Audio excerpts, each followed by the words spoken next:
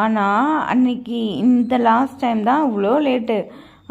மயூரநாதருக்கே 6:30 மணிக்கு தான் முடித்தாங்க. மயூரநாதருக்கே 6:30 மணிக்குனா அதுக்கப்புறம் பாருங்கள் அபயாம்பிகா வந்து பண்ணி முடித்து வரத்துக்கு ஆக்சுவலாக 7:05 7:10 அபயாம்பிகைக்கு முடிச்சிட்டாங்க.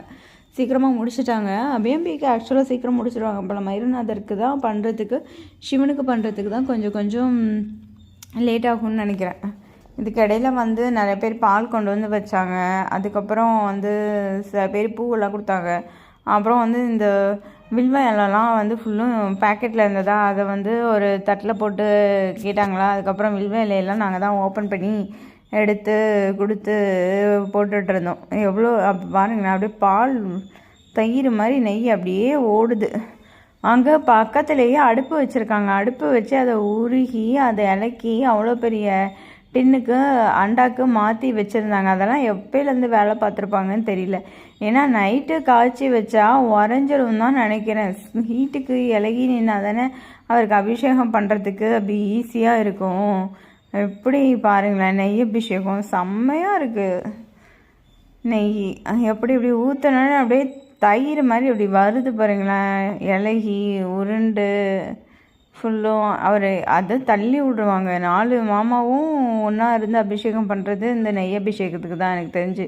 மற்றதுக்கெலாம் ஒருத்தவங்க தான் நிற்பாங்க, ஒருத்தவங்க தான் ஃபுல்லும் முடிப்பாங்க. அவங்களோட காலம், அவங்களோட இது அப்படின்னு, அது பேர் என்ன அது மறந்துட்டேன், அவங்களோட இதுன்னு சொல்லிட்டு பண்ணுவாங்க.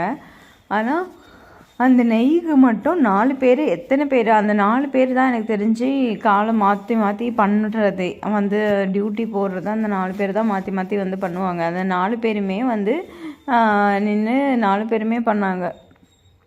அவருக்கு பண்ணி முடிச்சுட்டு அதுக்கப்புறம் நெய்யோட அவ்வளோதான் நினைக்கிறேன். நெய்க்கு அப்புறம் அபிஷேகம் கிடையாதுன்னு நினைக்கிறேன். ஏன்னா ஃபஸ்ட்டே வந்து சந்தனம் பால் இதெல்லாம் ஊற்றிட்டு அதுக்கப்புறம் தான் இது பண்ணுறாங்க. என்ன பண்ணுவாங்கன்னு தெரியல, அதை நான் மறந்துட்டேன். திருப்பி இப்போ பார்த்தா தெரியும். இப்போ போன வாரம் தான் ஆச்சு. குத்து விளக்குலாம் உள்ளே எரியுது பாருங்களேன். இதுக்குள்ளே உள்ள குட்டி அபயம்பி மாதிரி ஒரு சிலை வச்சுருப்பாங்க. அதுக்கு பக்கத்தில் விளக்கு, குத்து விளக்கு. அந்த குத்து விளக்கு எப்பயுமே எரியும் உள்ள.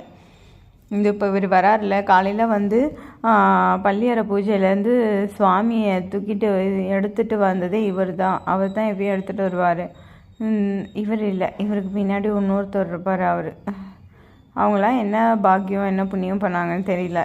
சுவாமி டெய்லி அவங்க தான் தூக்கிட்டு வராது, தூக்கிட்டு வந்து வச்சுட்டு அப்புறம் எடுத்துகிட்டு போய் மறுபடியும் வைக்கிறது ராத்திரிக்கு பள்ளியறை பூஜைக்கு.